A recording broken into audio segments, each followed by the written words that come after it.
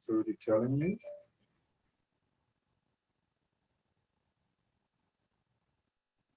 All right, everyone, we'll be live in about 2 minutes. Hey.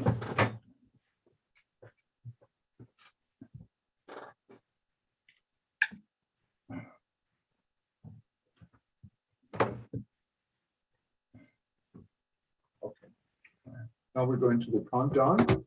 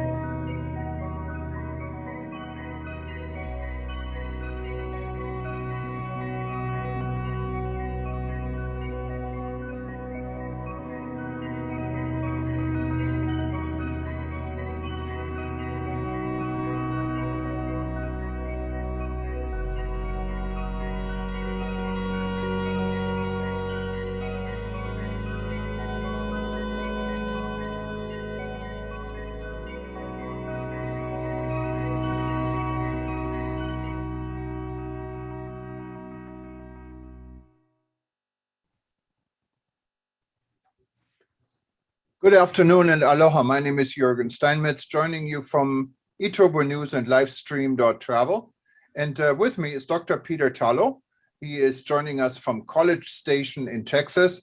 And Peter, I hope the weather in College Station is a little bit nicer than here in Hawaii.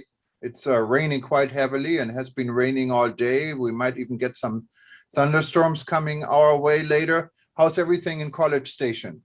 It's slightly misty, but it's warm. It's nice. It's around 70 degrees, which is about 20 degrees Celsius. And in the afternoon, it became sunny. So we had a little mist in the morning, and then it switched over to sun. So I think we won on the weather. Usually you guys have better weather than we have, but today I think we have better weather than you have. Yeah, it's so we give this day to Texas today. And yeah, one of the rare occasions, because usually you guys have the better weather. No, we usually do. I have to admit that. Yes, And wonderful weather. and a lot going on last week, and we're going to have an exciting week again coming up this week. We had been reporting about the SCOL election for world president, and actually had the world president in an interview yesterday. We zoomed into the Christmas party for the SCOL club in Orlando, Florida, what was a lot of fun. And you can see this still running on our show. And of course, last week was probably one of the most important days in the last few years for world tourism, with the election of the new Secretary General. And the new Secretary General is the old Secretary General. But there was a twist to this election. Even though he was re-elected, he is going to be leading the organization for another 4 years. Someone else really took the show. There was a movement, what was approved by the General Assembly, to shift the responsibility for the rebuilding of the travel and tourism industry, what obviously is the most important part we all need, and going through away from the Secretary General's lead to a lead of new people. And this was an initiative brought forward by Saudi Arabia and by Spain with all new people, and they're not reporting to the Secretariat and to the Secretary General, what in all essence makes the Secretary General more like a king without a lot of power. So we see where this all goes, but we're in for some major changes within the World Tourism Organization. And I think everyone is standing by to see how this works out, if this works out. And I'm sure there's a lot more to come. Yeah, always be careful of a king, because you never quite know what tricks they have up their sleeves. So often when people believe a king is kind of pseudo dead, in politics, they say either live with the king or kill him, but don't have him wounded. So we'll see what happens here. No, absolutely. And I mean, besides all this, a lot going on in the world of tourism with the new virus strain. Today, there was a cruise ship that left, I believe, Holland on the way to New Orleans. Norwegian cruise ship. Norwegian cruise ships with an emerging number of new cases, and it's an all-vaccinated cruise. So we have to see what will happen once it gets to New Orleans. If it gets to New Orleans, it's all kind of in the open right now, and to see what's happening. Also, in today's news, we just published is that there is a new study apparently that if the Johnson & Johnson booster shot is taken by people who had previously received the Pfizer or Moderna, it's supposed to be a lot more effective and also protect, apparently, in the first results of the study against the new variant. So a lot going on. I think we're going to learn a lot more in the next few days and the next few weeks. Yeah, we may be getting more booster shots on a regular basis. But, you know, that's just part of the price of travel. Certainly, other things are going on in the world. I've been interviewed by newspapers across the world. In Brazil, I did an hour program about the issue of what's called in Portuguese biossegurança, or biosecurity. In other words, issues of health. And of course, the Brazilians suffer terribly from the COVID outbreak. And much of their tourism is dependent on their entire public health system. So this was a really major event. I think I sent you a copy of the program. It's in Portuguese, but it was over an hour that I spoke dealing with those issues. Also, we had this as a major event, and I don't think we've spoken about it, but we had for our own World Tourism Network, people from countries all over the world wanted to participate in looking at the AMI variant and how this might or might not affect tourism. So those are some issues. Of course, one of the big problems is what happened in Africa. When they discovered this, everybody kind of beat up on Africa on some level. And I wonder now if countries are going to be afraid to speak about a new variant. They'll just keep their mouth shut. Yeah, and that is definitely an issue I think we all need to follow. You cannot really blame a country. You cannot blame a region for this virus. It is a worldwide problem. And it's not only Africa, what is now closed. Even Japan is closed completely, and many other countries that were supposed to open remain closed. I just heard New Zealand extended no foreigner, no visitors policy for another 6 months. And so we don't know where this all will end, you know? No, nobody knows. It's certainly, if you're in the tourism business in a place like New Zealand, you got some real problems, because you've now lost all your clientele, and New Zealand doesn't have a population big enough to just have internal tourism. In the United States, you can survive just on domestic tourism. But if you're in a place like New Zealand, you got a real problem with, I think its population's someplace between 3 and 5 million people, and that's just not sustainable for a tourism industry. No, definitely. Luckily, New Zealand has other industries and is not reliant on tourism, never has been, but it's an important part, of course, for people who live in this environment. I mean, it's probably more of a challenge with Bali. Bali opened up in October and no one is coming. So that's a whole new, different issue. It is.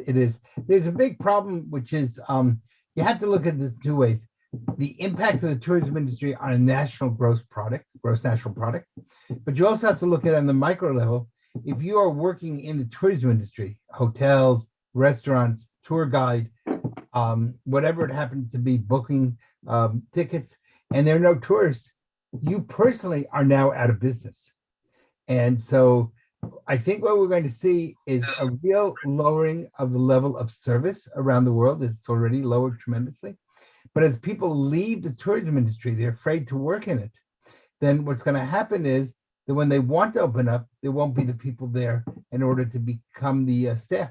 There'll just be staff shortages throughout the entire industry. And that means worse customer service. That means angrier visitors. That means prices will have to go up in order to try to hire new people. And all those become a really vicious cycle that becomes a secondary problem for the tourism industry. So not only are you dealing with COVID, but you're dealing with now lack of workers, higher inflation, higher costs, and therefore higher prices for giving people less quality of service. Yeah, and I don't know how you see the upcoming Christmas season. We're in here. I can see our tourism arrivals here in Hawaii are up. I mean, we see a lot of visitors here. And I don't know how this is going to be with what everyone expected, a very heavy, big industry for Europe, when Europe is under threat and again thinking about closing down and telling people to better stay home. Yeah. So we don't know where this is all going. Yeah. See, I would assume, and you'll correct me if I'm wrong, but I would assume most of the people visiting Hawaii are Americans. It's mainly a domestic market. Yes, it is. But if you're, say, East Coast places or places that are dependent, such as Miami, on foreign travel, or not necessarily dependent, but at least a good part of their business comes from foreigners entering the country, that's going to make it very difficult. And, you know, the new rules, and I have to deal with this on Thursday, is that you have to get a COVID test in 24 hours before you can get on the plane. Well, if you're in a major city, that's not that much of a problem. Certainly in College Station, I can get a rapid PCR test, but I'm going to be in Ecuador. And the chances of my finding a rapid PCR test in Ecuador is almost nil. I'm already starting to look for it now. And that means I have a problem. I have a plane that leaves at 12 midnight. I have to get a rapid test somehow from 12 midnight to the next 12 midnight with only 24 hours and get the results back. And that means I won't be able to do it till at least 8 o'clock the next morning. So I really don't have 24 hours. I have about 18 hours. Well, and yeah, you're absolutely right. If you are, so I called the airline and asked them what to do, and they said, we don't know. We have all our passengers have the same problem. We don't know if we're going to be able to have anybody in the flight. And, now, again, and Peter, exactly what you're saying is kind of the attitude for the airlines. The airlines don't want to be responsible. I had the same before we knew about the new variant when I was traveling to Europe for the World Travel Market and then on to Germany. You call airlines. I called, in my case, United Airlines, and ended up the information was very different from what the reality was. Right. And then when I called Eurowings to fly to Germany, they'd simply say, we cannot give you any information, just find out on your own. And I said, so, but you expect where do you find everything. So when you get to the counter, and I did, all of a sudden, again, I didn't have a QR code necessary. So you're scrambling, trying to get this all together while you're standing in line, checking in. There is no good system in place, not from the authorities, but also not from the airlines. The airlines don't want to be responsible for giving out wrong information, and the chances that information are changing, this could happen at any minute, any second. That's really the problem. And that's not airlines' fault, that's government's fault. You know, when I called the State Department and said, well, how do you do this? They said, we don't know. I said, well, if I have to get them in 24 hours and the only plane leaves at 1 or 2 in the morning, and there's no rapid PCR tests on the Ecuadorian coast, can I ever get home? And they said, well, maybe you could fly from Guayaquil to Quito, spend the next few days in Quito, get a test in Quito, and then get on another flight. That means you have to buy another ticket. You got to change your air. There's a loss. And often government bureaucrats don't think about their decisions and how it impacts the traveling public. Plus, you put yourself, almost say, in danger in going to another big city and deal with whatever the situation is there. So you have to study for all kinds of scenarios. And there's also really is a point how important it is these days to get travel insurance, travel delay insurance, and insurance that would cover you in case there is a COVID issue. So it becomes a whole different system, I guess. Which again, therefore, ups the price. And so, you know, if you're a family and you have to get COVID insurance and travel insurance and delay insurance and whatever other type of insurance there is along the way, maybe your ticket cost you $800. It's now costing you $1,000, but that's not $200 more. That's $200 multiplied by 4 or 5. There's now another almost $1,000. It's a whole nother ticket. So what they're basically doing is the individual business traveler can probably figure this out. but the family or the leisure traveler is going to say, you know what, it's easy to stay home. I'll just drive someplace. Yeah. Now, when you see the problem, Peter, also, or if you compare it better, what you experienced in Israel, where you can get a rapid PCR test at the airport, Yeah. wouldn't that be a solution to really Yeah. for airlines to push, because it is possible? Yeah. And of no, airlines may have to invest, but eventually it might be a moneymaker also for the airlines if they It invest. might be. Certainly, when we came to Israel and I brought a group there, almost everyone in our group was incredibly impressed about how efficient, logical, and simple the system was. And now, of course, Israel is a first world country, but still, that means we're going to have to come with aid to other countries which are not necessarily as developed as Israel is. And Europe can certainly do it. Europe is a highly developed region of the world. The United States can. I don't know if countries in some of Asia and Africa, subcontinent of Africa, of Asia, are capable of that level of help unless we give it to them. We help them. We send people and say, this is the methodology. And maybe that's what tourism needs to do. Maybe we need a new tourism Peace Corps that will help people around the world come up to the levels that are needed in order to face continuing crises. Yeah, but Peter, even if you look at the situation before COVID and today, international airlines, like airlines based in the United States particularly, but also many airlines based in Europe, are taking their own security system in. When you go to any airport an American carrier lands on United, if you go to Frankfurt, if you go to if you go to destinations like Ghana, Accra, Ghana, where they're flying to, you're going to have TSA and you have US security people on the ground. And that's the same with Germany. You have federal police officers on the ground at any airport they fly to, otherwise they won't. And specifically with El Al. You know, El Al knows before you even get to the counter who you are. So absolutely. So it would be not too much more, I think, to take the PCR test, whatever it takes for the rapid PCR test, to take it on board and establish it at airports. And that is already done at airports around Europe, and yes. it's done at some other key. I know when I leave on Thursday, on Tuesday, I'm going to get a PCR test. And I will get there at 8 o'clock in the morning, and I'll have the results by 8:15. Yeah, you get the results right at the airport. Yeah, I mean, so there's no reason in today's methodologies and today's technology that we cannot create this 3 days of waiting and sweating it out. Just doesn't seem fair, and it's not, and it hurts tourism. The more obstacles we put in the path of tourism, the less people are going to want to travel. Yeah, and this is not such a huge problem, I think. Now, to be fair, this rule was just changed from one day to another last week.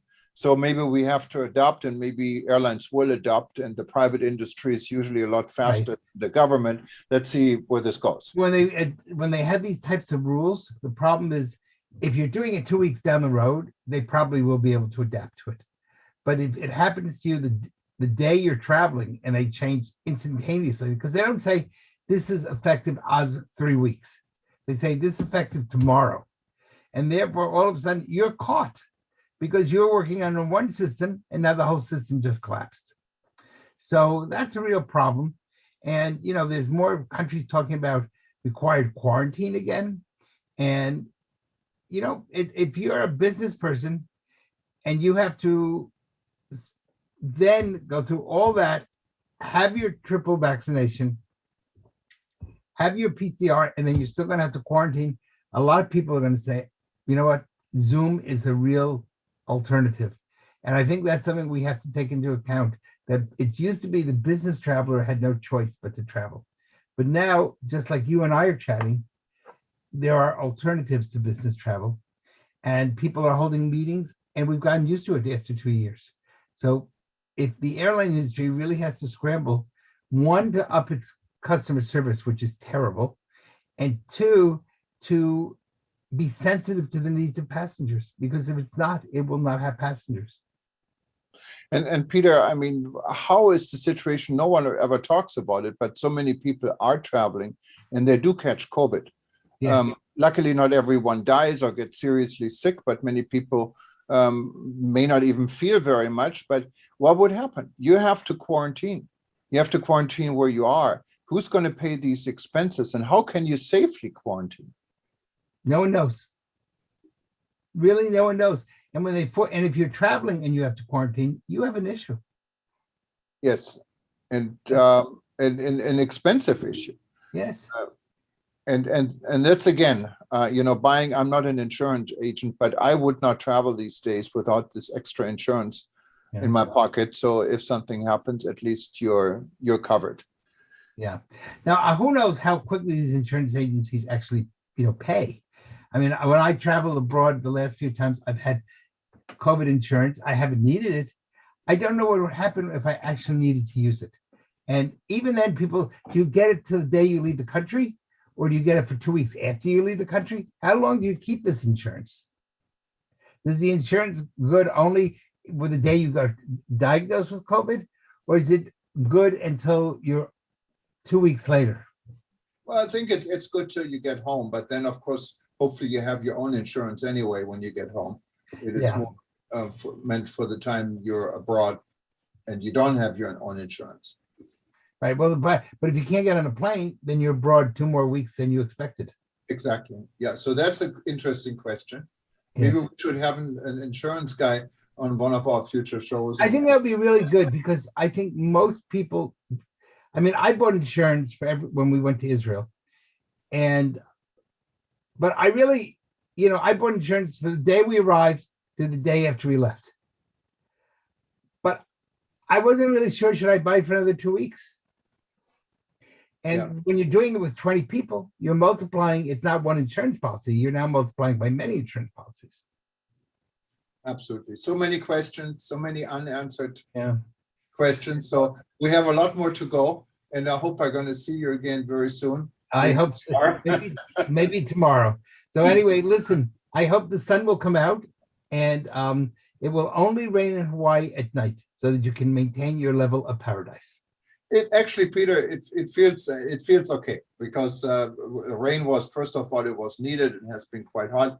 And secondly, it gives us a different flair, I guess. And how happy are your visitors in the rain?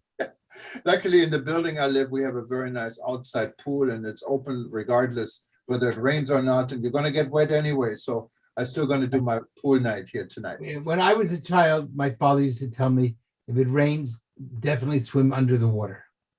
Absolutely. Well, right. For anyone else, we're going to have this in archive. So if you want to listen to it again, just simply go to our YouTube channel. You can go to any of our websites and click on YouTube, or simply go to youtube.com/travel news group, or at youtube.com. eTurbo News goes to the same destination, and we'll be live on and off during the time. You've seen our screen has changed a little bit on eTurbo News. You can actually see all our previous live streams, including this one, right on the front page as well. And once we go live, your screen will get a little bit bigger, and you can see there is a live broadcast going on. Just if it doesn't start automatically, just click on the start button and you will hear our next live show. Peter, it's a pleasure having you, and we talked to you. And my pleasure having you. So you probably haven't eaten lunch yet, so go eat. No, I did have my lunch. It's 4 in the afternoon. All right. Have a good day. Bye-bye. Okay,